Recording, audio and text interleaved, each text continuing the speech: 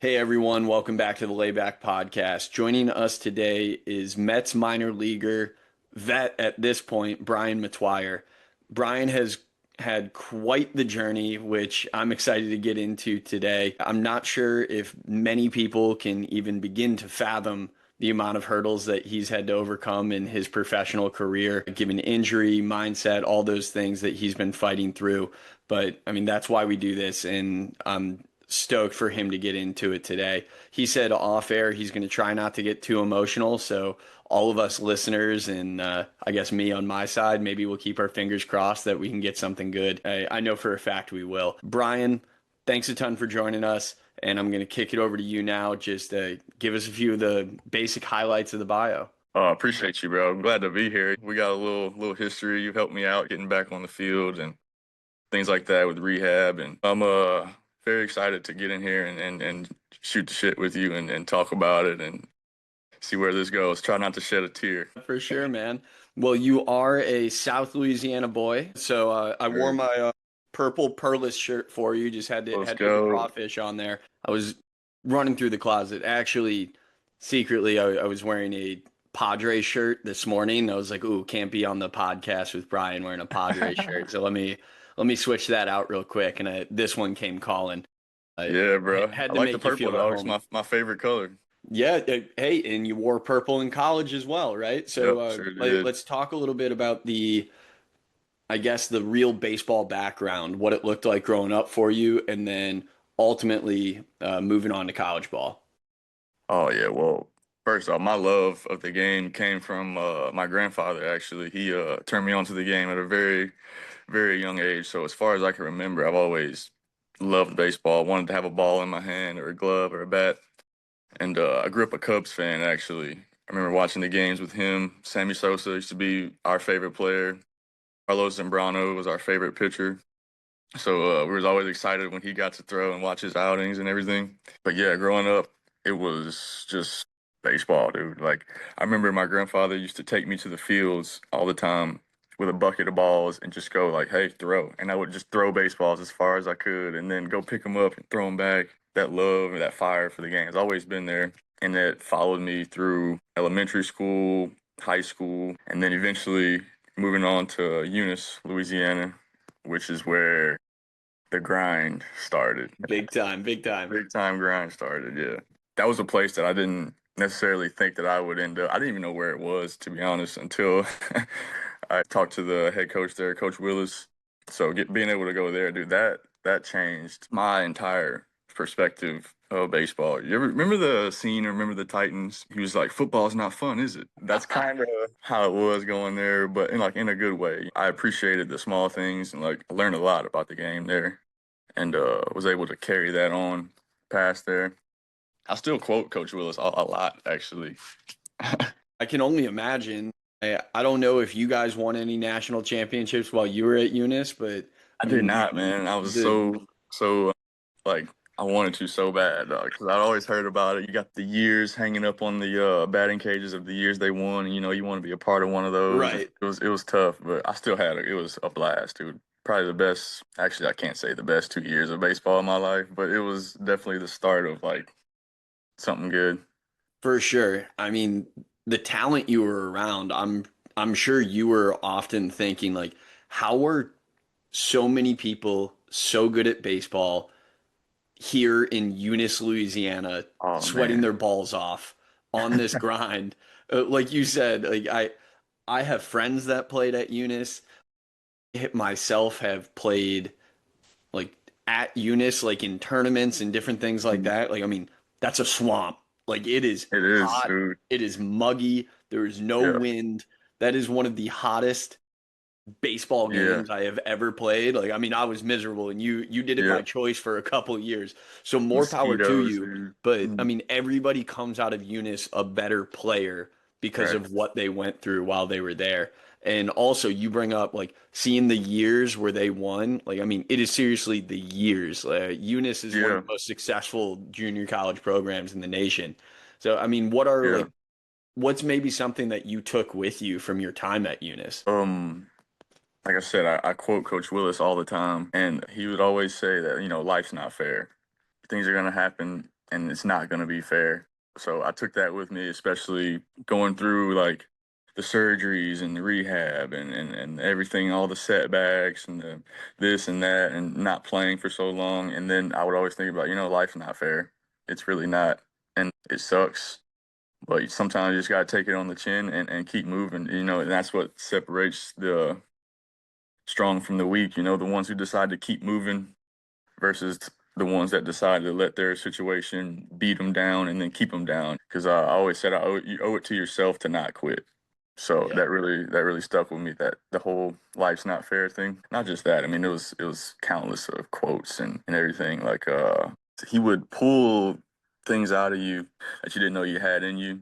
Especially me being like how I was. I was like 145 pounds, dude. And everyone else around me is like 210, these big dudes, and I'm this little kid, and like it was very intimidating. But he pulled a fire out of me that I didn't know I had, and that made me a better player in the long run for sure. Was that really like the first time that you felt you were held to a higher standard by a coach or a team or a program? Yeah, absolutely. Absolutely. Coming out of high school, I was don't want to brag like the best on the team. You were the man, you were the guy, everyone, when Brian Metoyer pitched, we won the game type of thing. And then I got to Eunice and then so I got humbled really quick, Yeah, you I'm know. sure. I just had to find my place again. It was tough, man. It was tough. There was days I wanted to quit. There was days I didn't want to be there. There was days that it just wasn't fun. You stick through it and keep going, keep grinding, and good things happen to those who don't give up. So let's stick with that theme a little bit, being humbled, but good things happen to those who don't give up. You're in your sophomore year, you're looking left and right, and you're seeing dudes on your team getting signed by LSU or getting signed by ULL and Southeastern and some of like the biggest programs in the state, or maybe they're going across the country to go play, and you end up getting a call from an NAIA up the road that you end Yep. up playing out the string of your college career. So, what was that like for you, seeing some of your teammates sign these unbelievable scholarship opportunities at SEC schools or whatever, and you're headed over to an LSU satellite campus? Yeah, that wasn't the best. Like it was hard, man. It was really hard to see guys who I'll say it that I thought I was better than or brought more to the table than certain guys, and they're going to play here and I'm not, and it was very hard. But then again, I love LSUA. I love what it's done for me and what they've done for me and where it's gotten me.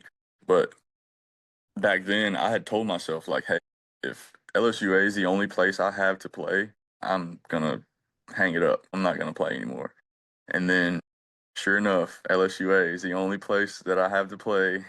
And then I ended up going there, but I feel like God will put us where we need to be, not where we want to be. So going there was definitely where I needed to be, not necessarily where I wanted to be. And again, it was hard, man, because didn't necessarily have the resources I had at LSUA, like the facilities and everything, all the pretty stuff, but definitely made it work the best I could. And even there, like I dealt with some injury stuff and kind of got set back a little bit and didn't have the innings under my belt that I wanted and some other things off the field, just dealing with the stresses of life and everything. And it was hard. It was definitely a tough, tough place to be. But I mean, it was like I said, it was where I needed to be. So I didn't know that at the time, but looking back now, I can say like, yeah, that was the right place for me for sure. So then how were you able to parlay that into professional opportunities with it being so hard on the front end of showing up at LSUA to then exiting, getting popped by the New York Mets? Yeah, I credit that to Coach Adams for sure. He was a big blessing in my life. He helped me out a whole lot with that. He got guys come out to watch me play, and even the games that he had guys come out and watch, I didn't necessarily perform how I wanted, but I do remember this was after the season, bro. He called me one day. I'm sitting at home. He's like, "Hey, we're gonna go to this pre-draft workout with the Mets." I was like, "Where is it?" He's like, "It's in Jackson." I was like, "Oh man, I can't get there. Like, I don't have a car right now. Like, I can't get there." He's like, "All right, I'm coming to pick you up. Like right now, we're going." And he picked me up, and we drove to Jackson, Mississippi. I think it was like 4 hours, 5 hours. Threw a pin there and threw very well. And then like The reaction I got from scouts and everything was not the reaction that I was thinking I was going to get. I didn't think I threw that well, but obviously they saw something that I didn't. And yeah, if it wasn't for that, Coach Adams and that, then who knows, man? Like, may have not have gotten an opportunity. It already sounds like in the short or small look into the story so far, other people have played a really significant role. Like these relationships that you formed, just your trust in them to help you get to where you are. Like people taking a chance on you for the most part. How were you able to, I guess, like open up and trust others? Obviously, you've gotten to a point now where you value the relationships you have tremendously, but in your younger years, that can be a lot tougher as a 18 to 22-year-old. It was definitely tough to, put your trust in some people. Like I said, God puts you in a place where you need to be, and He'll also put the right people around you, getting the right resources around you to help you. Even if you don't necessarily see it or understand it, I feel like his plan's always going to play out the way it's supposed to. And I feel like not even myself, not even I could have messed that up. I just put my trust in him that everything was going to unfold the way it was supposed to. So fortunately, it did. Going into those workouts, were you already throwing as a reliever? 'Cause now you're a back end of the bullpen guy, coming in, slamming the door, throwing the competitive innings in the back end of ball games, or were you a starter throughout college ball? I did a little bit of both. I did start like some midweek games, stuff like that. But for the most part, yeah, I was coming out of the pen as the skinny kid coming out of the pen, just gunslinging. But yeah, I had experience with both. I definitely favored the reliever side of things more. I think that's where I had the most fun, being able to get your name called, come in, shut the door, or put a stop to their other team's momentum. Like I love that, that part of it. When you're in that position, are you super fiery with the grind of minor leagues? Like, can't really see you pitch a lot. Occasionally, I can see a highlight, but those are usually cut pretty tight. Are you like a yeller, screamer, or are you just like all business when you're out there? I'm pretty much all business. I'm a guy that like I have to like down regulate. Like when my name gets called, my heart starts pumping, blood's flowing. Like I get so amped up that I do this breathing routine where I have to calm myself down, get the heart rate down again and like really settle. But yeah, I feel like I could be that yeller, screamer, but I definitely have to down regulate myself. Because like I'll quote Coach Willis again. He told us there's not many things in the world that's gonna put butterflies in your stomach like stepping on the mound or stepping on the baseball field will, other than like having kids or marrying your wife. Like it's not many things that are gonna put butterflies in your stomach to like appreciate them. And dude, I think about that every time because I get my name called to go out there and just my stomach is turning. I'm out there trying not to show it, whatever. So I'm a guy who has to calm myself down versus amp myself up. So even now, do you feel like every time you step on the mound kind of feels like the first time? Like you still have Yeah. those jitters?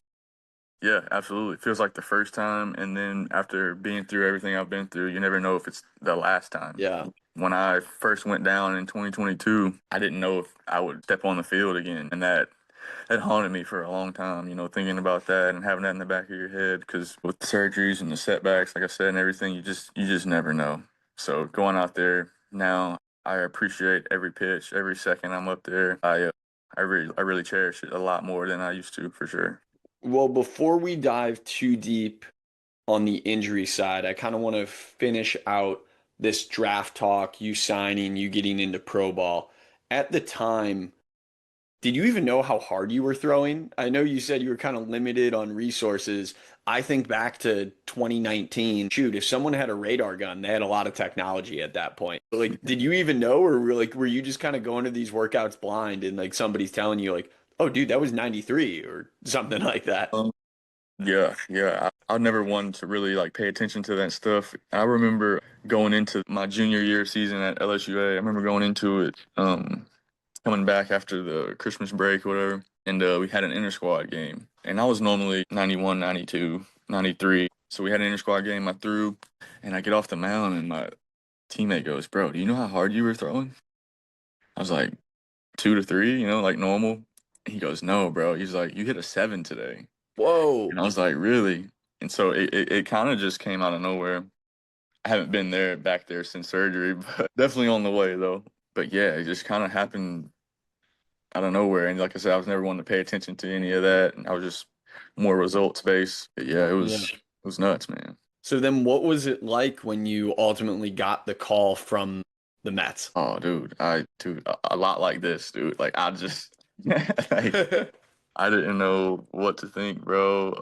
I was shocked because I was watching my phone, watching the rounds go by, and I'm like, all right, it's not happening, it's not happening, it's not happening, and then 40th round, pick 1,190, Brian Metoyer, and I was like, man, no way.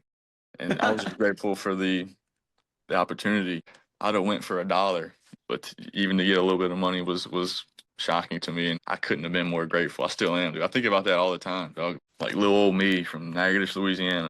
How? I think how sometimes. Because even me, like I can't just put an understanding to how everything unfolded, but it did. So I don't know if this is something that you've ever wrestled with mentally, but is it funky now to think back if the 2019 draft existed today? You're yeah, 20 rounds gone at that point. yeah, I yeah. I mean, would I wouldn't be here, dude. Yeah, yeah. I wouldn't have got a shot. It's nuts to think about how good the timing was of it. It was just it's like it was supposed to happen. Like I said, like I couldn't even mess it up. Nothing I could right. have done could have messed it up. Like it was supposed to happen. Thankful, man. Blessed. And who knows, it would be a completely different path. I'm sure you'd still be doing incredible things, but just to think the difference a year makes. Next year is a 5 round draft, then I think they went to 10 and then 20 after that. So just really insane stuff. All right. So you get picked by the Mets. What happens from there? Do you get sent down to Port St. Lucie? At the time, there was the Kingsport affiliate, or hmm did you go straight to Brooklyn? I went down to Port St. Lucie for a few weeks, and then I did get sent up to Kingsport, Tennessee, and that's where I got my like true first taste of pro ball. I did throw a couple innings in the Florida State League, but yeah, going up to Kingsport, I got my first true taste of like pro ball and what it was like, and the What a place that competition. was. And it was. I thought LSUA was a grind, bro. Kingsport was a grind, dog. And when I got there, I was like, you know what? I was prepared for this. I never had like all the fancy gadgets and resources and stuff. So like I felt comfortable. I was right at home. Yeah. Heck, you probably had an edge over a bunch of dudes when you're pulling up there and you're like, this is nice. Yeah. And you're probably with dudes that went in the first 4 rounds that were at ACC schools that are like, what is this shithole? Yeah, exactly. Exactly. One man's trash, another man's treasure, man. That was exactly what I was thinking. And did you finish out that rookie season in Kingsport, or did you have any other moves from there at Yeah, I rookie? finished that year in Kingsport. Yep. Okay. So Yep. then going into the first pro off season, where's the head at? Like, where were you at coming off the year? Were you feeling good? How was the intro to pro ball? And then what was then the goal from there? Like, what was your plan that first off season? Being a 40th rounder, I knew how disposable I was. So I knew that I was going to have to show something, prove myself, and flash some good stuff. So going into that off season was just pretty much put on a few pounds, get stronger.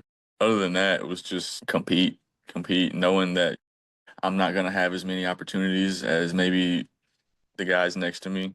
I have less room for error. There's less mistakes that I can make and get away with. That was when I developed or adopted the mindset of like perfection, just chasing perfection, no, and not settling for anything less. You know what I mean? I could go out, put up a zero, but if I walked somebody, I was pissed. I could go put up a zero, but if I gave up 2 hits, I was pissed. I just Mm. wanted perfection. And I think that, I mean, obviously, you're not going to get perfection or be perfect all the time, but to be as close to it as I could was my main goal. Did that wear on you? I know we're jumping ahead a little bit, but that did that wear on you over time? Just trying to be perfect in such an imperfect game? Yeah, yeah, it definitely stressed me out a little bit sometimes, especially if you had like a couple rough outings in a row that kind of strung together. But yeah, it did. But I think it helped me also to, to just not settle ever. anything, not settle for less than what I accepted. Right. Yeah, I know there's a fine line there because if you're chasing perfection, obviously there's no way you can ever become complacent. So Right. you're overcoming complacency, but then you're fighting the potential demons of, well, what I do is never good enough. So then it becomes hard to celebrate the successes along the way. So Yeah. I was Yeah. just curious how you wrestled with all of it. Yeah. No. Yeah. Definitely pat myself on the back. Give myself props and tell myself that I'm proud of myself. But I wouldn't ponder on it for too long. Yeah. Yeah. So that first off season, then you're smacked with COVID. Yep. So after 1 year, you're already you're dealing with obstacles that you probably could have never fathomed. Right. Kingsport Yeah. gets cut as an Huge. affiliate. So then the Mets have mass player layoffs. I remember I know a guy that was one of your teammates, Corey Giacone. Corey was training with us at the time and Mhm. getting ready for his second year, had an awesome rookie year. I mean, he went up to Brooklyn and won the championship Yeah. that first year and pitched in the championship series in Brooklyn. And then a few short months later, he's getting released. I mean, what was that like for you knowing that the pink slip could have come and it would have been Yeah. completely out of your control? Yeah. I'll be honest. I thought I was gone, dude. I thought I was out of there. I didn't think I was gonna be around after that, but I was, and it sucked, like you said, because guys got banged, and for something that was just completely out of their control, and that was a tough year to see Yeah. guys lose their opportunity over COVID. It was tough, man. Wasn't wasn't great. 2020 is on the shelf for you entirely. Are Yep. you down in Natchitoches? Where are you at to train and just try to stay in Yeah. the game? Yeah. I was down in Natchitoches. I did go a little while without picking up a ball. I did like work out and stuff, but did go a little bit without throwing. Got back into it that summer. It was hard because you didn't know like when or if you were going back, how ready you had to be, how much time you would have. COVID was a different animal, man. It was hard to navigate. We did end up going to an instructs that October. So we did have some time around coaches and players and stuff like that to still be around the game and everything. But yeah, it was a tough year, dude. Year and just not knowing, bunch of what ifs. But hey, you made it. I Yeah. know it's hard to look to your left and right and see guys that you formed friendships with just a short year ago no longer be there next to you at that next spring training. But when you ultimately arrive at spring training in 2021, how are you feeling? What's the mindset? Are you confident? And I guess that year, were you assigned to Brooklyn then at that point in Yeah. 21? 20. That year was a lot like the draft year in 2019. Just I knew that there was minimal mistakes that I could make. I knew that it was go time. This is the time to really just take off and just go off and go berserk and really show and put up some good numbers and really show what you can do and all while keeping fun in the game. 2021 was the best year I had in pro ball. It was amazing. Put up some good stuff. It was insane, actually. It was nuts. It was nuts. It was a long year, though. Very long year. Yeah, the most ball you've ever played, I'm sure, doing a Yeah. full professional baseball season for the first time. Yep. Then I went on to play in the fall league that October, November. Yeah, I didn't even So, know that. So you played in the Arizona Fall League? yep, I yep. mean, at that point you had to be thinking like, "Oh, I belong." Because I mean, that's where the prospects go. Yeah, yeah. That was a fun experience. That was nuts. And to see how my stuff played against like higher level competition was amazing too. Felt like I could breathe. I had been so Right. long, trying to prove myself, and then went there, flashed some good stuff, and like it was like a deep breath. It was nice. Was that the first time that you thought to yourself, "All right, I'm not getting released"? No, no, that was the first time that I was like, okay, I know I can pitch at the highest level. Not Okay. just low A, high A, double A. Like I know I can pitch at the highest level and have success. So that was the first time that like real confidence kind of set in. The real like positive aha moment. Yeah, Way better to be in that mindset than to be thinking about the negatives like I brought up. yeah, So right, so right. good on you for that. But 2021 for the most part, like I know it was a grind for you, but I mean it was a breeze. It was a walk in the park. I mean at that point, like there was not like major adversity. You haven't faced the injury bug. When did that pop up for you in 22? Or were there Um, inklings of it in the off season? no, went through the off season clean and strong and healthy, and then spring training come around, same thing. Felt good. I think it was like the first week after camp broke in 22. We were playing in like 20, 30-degree weather, dude. It was cold, raining, wet. It sucked. Conditions sucked. What affiliate were you at? I was in Binghamton, and I had never played in anything that cold before, dude. I'm from the deep south. Like I'm used to the heat, and then if it's in the 50s, I'm cold. Like we're playing in 30-degree weather and it's raining, wet, dude. So playing in the cold was definitely a big shift for me. But yeah, there's a couple weeks in, I noticed that my velo is starting to drop a little bit. It's cool, whatever. It's cold, whatever. Then it starts to drop a little more and a little more, and then the pain starts setting in, and then eventually it's like, hey, I can't straighten my arm out. Like I'm pretty sure this isn't normal. That's when the bad thoughts started to creep in and kind of take over the brain after, like I said, I was so confident and in a good positive place, and then that's when I let the bad thoughts in. The 180-degree turn. That's so brutal coming off the Yeah, it high of was. 21 to Yep. then right at the start of 2022, you're in double A, you're climbing. Right. You're thinking like the world's my oyster. I gotta seize this. Like I'm on the rise. Yeah, I was thinking this is the year. This is the year we do it. And then, baseball happened. Right. It happens. Now let's get into the injury story. I recognize how hard that is, like kind of riding that high to then being slapped in the face. But Hmm. you obviously had this slow progression of injury. It wasn't like some people say like they threw the pitch and explosion right there. For Yeah. you, it was like this slow creep that you had to deal with. And I'm sure Yeah. to an extent that might be harder because every time you pick up a ball, you're beginning to question what's actually happening.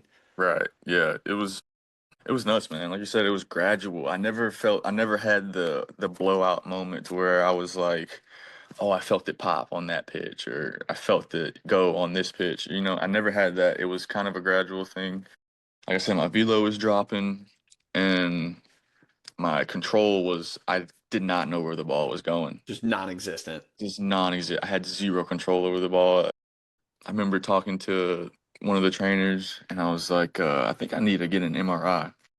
They're like, you think so? And I was like, yeah, I'd sleep a whole lot better if just knowing. And so went to the local hospital, got an MRI. And the crazy thing is they were like, yeah, man, like UCL is good, not even a grade one. Like you're fully intact. And I was like, really?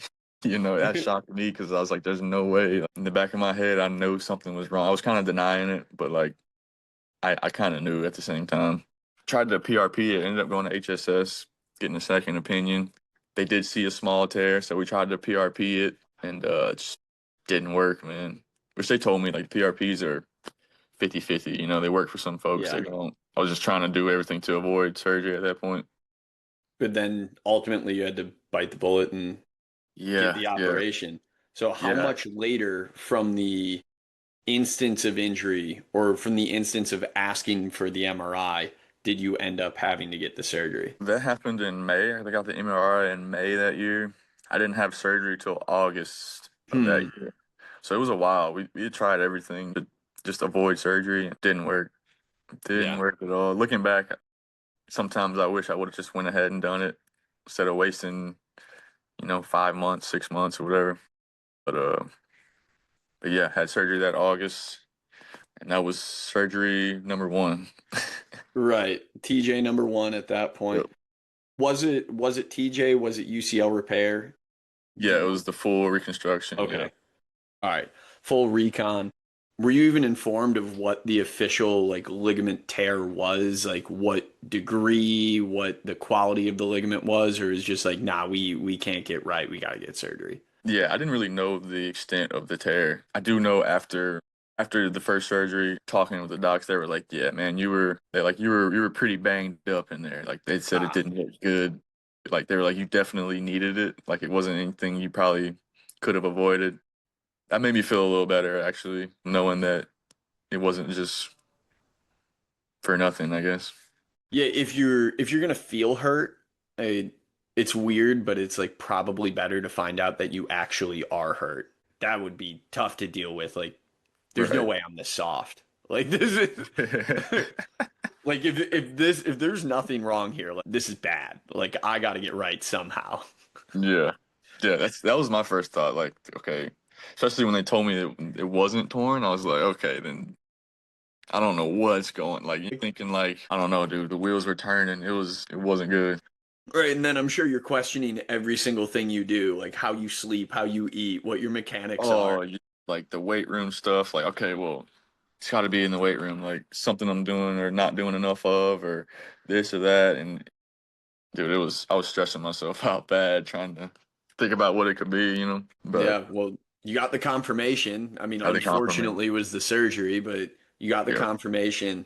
And then I know rehab certainly wasn't the easiest thing because I definitely mean, not. I definitely want you to get through the progression of this first rehab, but I'll kind of, I guess, unveil the breaking news here. The rehab didn't go so hot, and you had to get surgery again. So yeah, I had the first TJ in August, and you going into it, I didn't know what to expect. You know, it's my first surgery ever. I didn't know what it was gonna be like, and so, you know, I'm asking questions, talking to all my teammates who've had it before, and Yeah, everything, getting their advice, and they're like, "Yeah, bro," and the answer I kept getting was, "It's not fun. It's gonna suck. Like it's terrible. You're gonna wake up some days, you're gonna feel bad, like you're not gonna feel good. It's gonna be a while before you know, get some good momentum going." And so I understood that part. The first few months were I don't want to say easier. It was just kind of working on getting range of motion back, stuff like that, you know, strengthening the small muscles. And so that part wasn't bad. It was when I started to throw was when I knew something was wrong. So I started with a plyo ball routine for a few yeah. weeks before picking up an actual baseball. And going into that, they were like, "Hey man, like it's probably gonna hurt. Like it's not gonna feel good. You might break up some scar tissue or something." Like so, you know, a couple weeks of plyo went okay. Like I would get really sore. It would feel like I threw 100 pitches, dude. But anyway, you know, powered through it. Got through it. Got to the throwing stage. I'm at 60 feet. 60 feet was okay.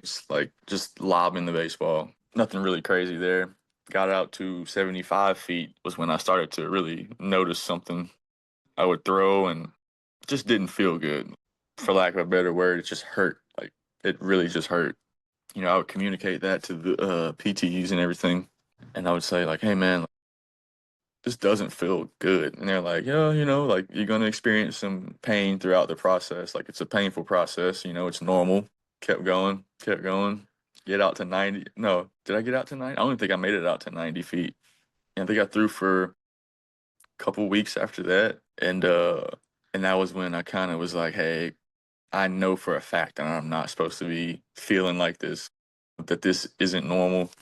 They thought it was the nerve that was causing all the pain because it just had surgery, right? They're like, there's no way it's the UCL. Like, it's got to be the nerve or something else. So, yeah, I wish it was the nerve, but Yeah, man. uh, yeah, oh, dude, that was thinking back on it, Yeah. it's just that was just oh, bro, All the work you did to get that to that was point for it to come crashing down. for it to come crashing down, dude. Yeah, and then so went into HSS and we were gonna schedule a nerve transposition surgery, whatever. So, you know, I'm in there with the doctor, going through like the pre-op meeting and stuff, and he asked the question that I knew he was gonna ask, but you know, hoping to avoid it, but guess you couldn't really. He was like, "Hey man, if I go in there and worst case scenario, if it's worse than we think, do I have permission to, you know, fix it?" You know, I was like, "Absolutely. Like, I want to come out of this healthy again, you know." And so we, like they prepped my leg and everything because that's where if they needed to, where the ligament was going to come from. I went in there thinking, really just not knowing what was going to happen, hoping and praying for just like move the nerve, get out of there, and be all good. And then I woke up from surgery. I immediately looked down at my leg to see, and I saw that my leg was all wrapped up, and I kind of knew at that point, like I just hit the reset button on DJ, and Yeah. that was tough, man.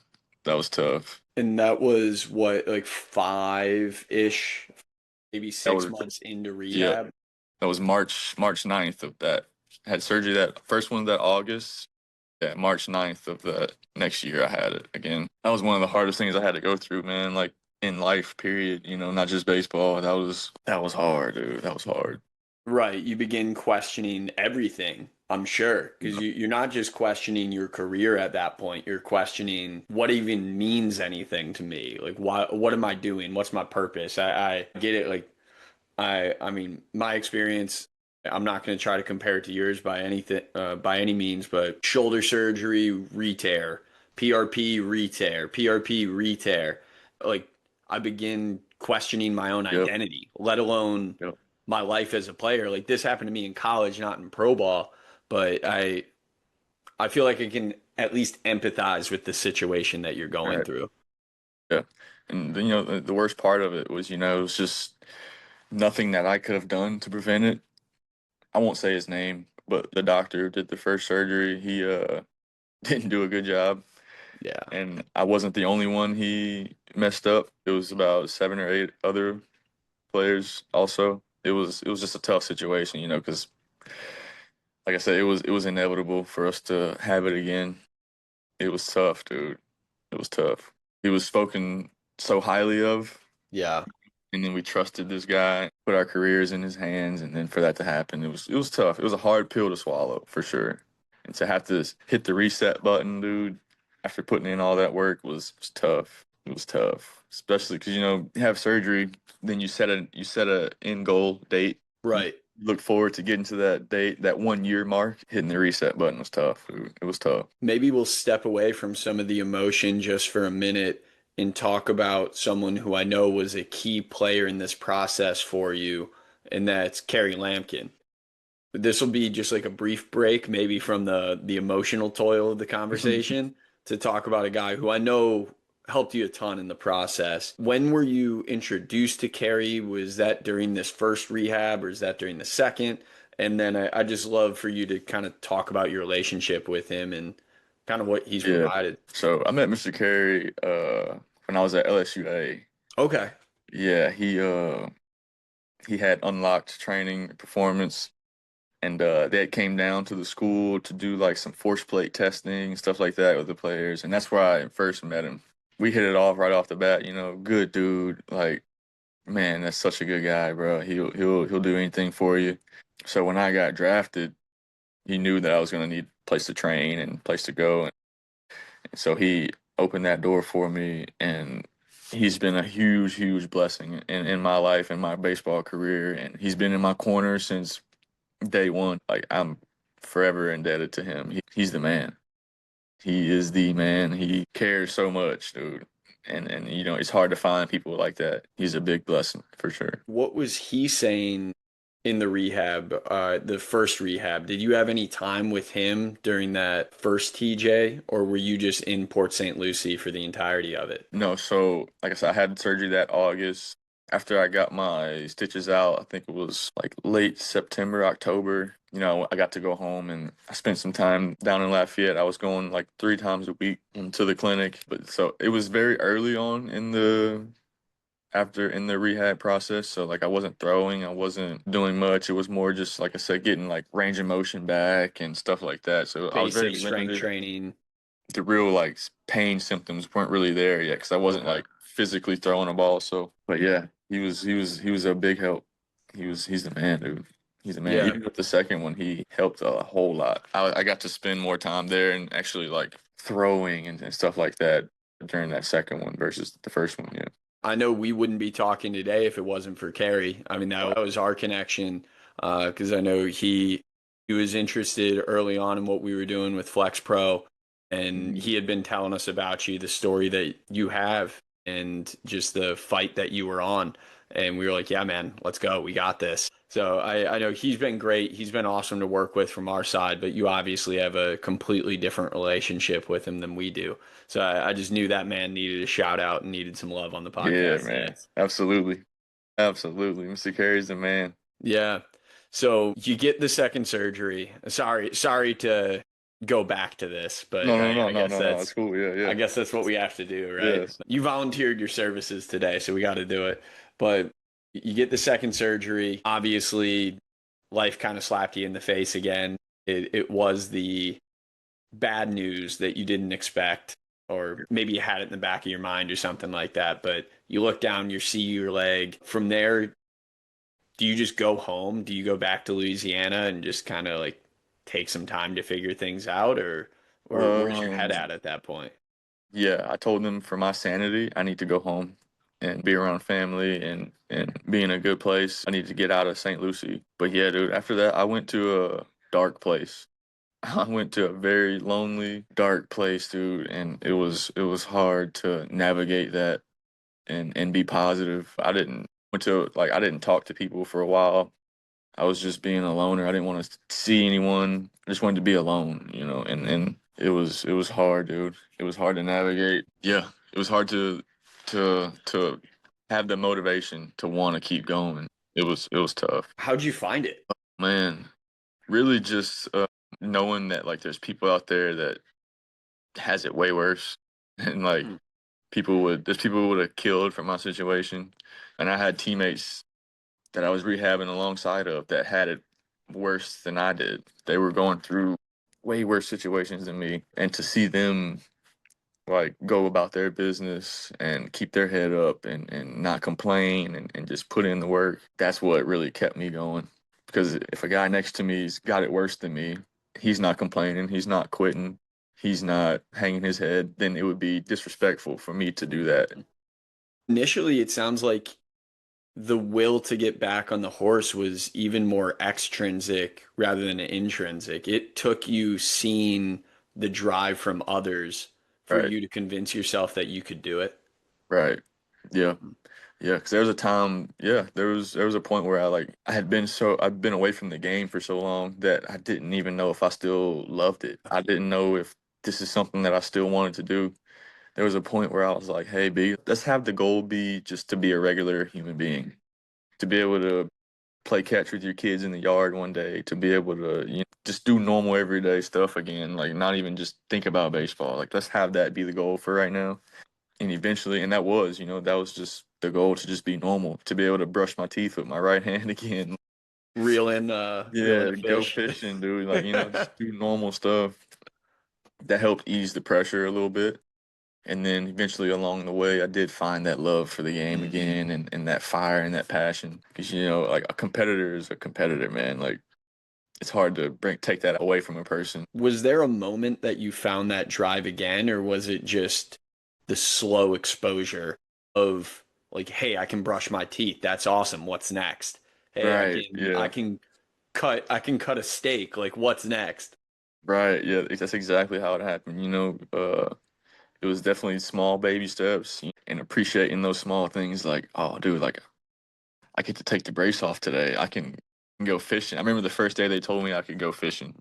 It was, dude, it was the one of the best days How long were you out there? all day, literally all day. It was an off day, and I was there from probably sun up to sundown, dude. It was awesome. And like you said, like after that, it was like, okay, what's next? Like then it's like throwing a ball, and then it's 90 feet, and then it's 100 feet, and then eventually it's okay. I'm looking forward to that first bullpen mat, like first session, mound session. After that, dude, it just came pouring back. I started to love where I was at, love what I was doing, and that passion came back very quickly. And I quickly realized, like, you know what? I still love this. I still like doing this, and still who I am.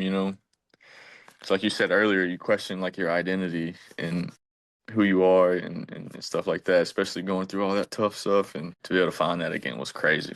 It was awesome. It was awesome. But I even know from here it wasn't all sunshine and rainbows on the second rehab. Like No. you got to a good place and you had a hiccup, and then you're rebounding, you have another hiccup. Can you take us through some of those hiccups? Like, did you get back to the point of like, oh yeah, we're dialed, I got this, and then obstacle? Yep. That's exactly right. Yeah. I would feel good for a while and then I would have like my nerve would flare up or like my Mm. pronator would flare up and then so I would get to a point where I'm feeling good and then I would get shut down from throwing for a week or two and then there's some points where it was longer. It was like 5 weeks, 6 weeks. And so I had hiccup after hiccup, setback after setback. And like I said, you have that end date, that goal set to where like the day you want to be back, and that just kept getting pushed back and pushed back and pushed back. My goal was to have some innings in that 2024 season because that was my free agent year. I was like, man, I got to flash some stuff. Like I got to show them that I can still play at the level I was or better. Like I have to show that I'm still that same guy. And so that window of opportunity to get back in games were getting shorter, shorter, and shorter to eventually it wasn't there. They were like, hey man, like you're not gonna be able to throw in games this year. I'm sorry. We're not gonna push you just to show up in a game and then something happened. Like, our goal is to get you healthy. And I understood it and it was just like I said, it was hard. But yeah, the power of not giving up, dude, is so powerful that I really don't think a lot of people understand that, how powerful it is. But yeah, it's more powerful than we can fathom, dude. The power of not giving up is immense, dude. And then what do you credit? Is it just like whoever decided to give you a chance being a good person, but getting that next year? Because like you said, 2024 was your free agent year, but Mhm. you got signed for another year. You're getting to show who you are this year, which is awesome. How do you think that even came about? Dude, I have no idea. Just being a good person? Like do you Yeah, like credit just being a good person and showing your integrity and character I through think years of so. rehab? Yeah, showing how I, dealt with the whole thing. That and the good Lord, man. Just blessed. I mean, that's some things I can't explain, and I feel like it's all right to not know the answers to everything sometimes. I'm sure there was probably this feeling of surprise in the best way you got the when you got the extension. I Yeah, I would it have to was. think like I mean I don't want to put thoughts in your head, but I would have to think you weren't expecting to get 2025 to show who you were. Yes and no. Yes, I always believed that I was going to get the opportunity, but I would have understood if I didn't. Okay, fair. It wasn't gonna like make or break me. But yeah, I was content with whatever happened, whether I got resigned or whether I didn't. I was good with it because I was proud of myself for just making it out of rehab. I Right. remember the day I got fully cleared off the IL, dude, I cried like a baby. I was so proud of myself for sticking it through and making it to the end, And no when matter was what that? happened. Sorry to interrupt. That was October 26th, I believe, of Of 2024. I 2024. think that was the day I officially got cleared as fully healthy. And And the I was tears were just, flowing. dude, flowing, man. I was so proud of myself because it was a lot to go through, a lot. And I was just proud of myself for sticking through it and not giving up, man. After that day, I was like, you know what? I'm good with whatever happens. And then you finally got to go to camp Yep, as a healthy Brian Metoyer. yep, yep. It was night and day, dude. I was smiling every day. It was nuts. It was And nuts. how much fun were you having doing PFPs and Dude, like the doing most fun. picks? The Little most things fun. that most people hate. I used to dread PFPs. I used to hate PFPs. I used to hate like shagging for BP. Yeah. Dude, I used to not like all that. But now, dude, like I appreciate all of it. Like I said, because you never know if it's the last time or it's the small things matter so much more now. It's The nuts, grass dude. smells different. The grass smells different. The food tastes different. Like, man, it's just no place I'd rather be, bro. Is there like a weird one? Like I know I joke about the grass, you said the food. Like is there legitimately one that you thought you would never actually enjoy that now when it happens you're just like, wow, this is the best. Um, Stale hotel coffee. oh, probably like I would say, oh man, that's a tough one. That's a good question. Maybe you'll ponder on it, and I'll just have Yeah. to text you in a week or so, and we'll Yeah. we'll attach that in there. But yeah, maybe that'll be my challenge to you. Just like looking at your career, is there something that you never thought you would actually enjoy, or something that would never make you happy that now it's just like when you see it, you smile? Yeah. I'm definitely, yeah, I'm gonna have to get back to you on that one. Bus 'Cause it's a rides. bunch, dude. It's a bunch. It's a bunch. I just gotta narrow down my favorite. For sure. Well, I mean, dude, we've talked so much about the struggles, the past, the things that have kind of shaped who you are. I do want to ask one more kind of maybe more difficult question and then talk about the exciting times that you're going through now. So that last kind of more difficult question that you maybe have to figure out how to knife your way through, do you feel you were able to find your identity again? Not just the joy of loving the game, but do you feel that in this process you've really figured out who Brian Metoyer is? No, I haven't. I think I'm still in that process. Haven't figured it out yet, and I think that's okay. I think it's gonna be cool when it does finally click. But yeah, I think I'm still navigating that part, which is okay. But I do think about it every day and ponder on it about who I am and what I want out of this. But right now, it's just day to day, literally appreciating every day I get to go to the football field. But yeah, I'm still thinking about that one. Hey, take your time. People live lifetimes trying to figure out who they are. But the fact that you are even at a point where you can look at that and ponder the question positively Right. instead of with a negative connotation, I think just shows the evolution of who you are and how you've been able to digest everything that you've been through. Absolutely. Appreciate that, man. Yeah, no problem. Heck, if you ever want to have those conversations, let me know because I Sure. definitely fought through it for a while, but thankfully, I feel like I came out of surgery and all that stuff better than who I was before, and I'm sure Absolutely. you feel the same. Absolutely. I think I learned more in rehab than I have my years of playing, for sure. For sure. Learned my body, learned myself, still learning. It was a lot I had learned that I wouldn't have learned otherwise without going through that. Definitely some good to come out of it. A lot of good came out of it, actually. There we go. That's the tough stuff. Now the fun and exciting. Dude, you're dealing this year. That's pretty cool. It's awesome. Awesome, bro. It's such a good feeling. Yeah, I mean, Man. just talk about being on the mound, man. Like, I don't really have too much of a question there. It's just like, not only are you playing again, knock on wood, you're playing pretty well. Yeah. Dude, I remember the first time I got on the mound this year. First game back from well, I had some spring training games, but this is like my first like affiliated ball game. And you're back And in Brooklyn, right? At this back in point. Brooklyn, we're at Aberdeen Okay, and but you're with the Cyclones. with the Cyclones, yeah. And dude, I was so nervous, dude. I was so nervous. But yeah, I think it wasn't the cleanest outing. I think I did give up a run, but it was so fun to get back out there and play again. Slap high fives when you walk back in the dugout, and it was just surreal, bro. It was surreal because like I didn't think I was gonna get back there again, and to do it was amazing. And like I said, dude, I get butterflies already when I get on the mound. That day was so intense. I would come set, feel like my legs were shaking. I feel like I was, yeah, Try dude. It not to was balk.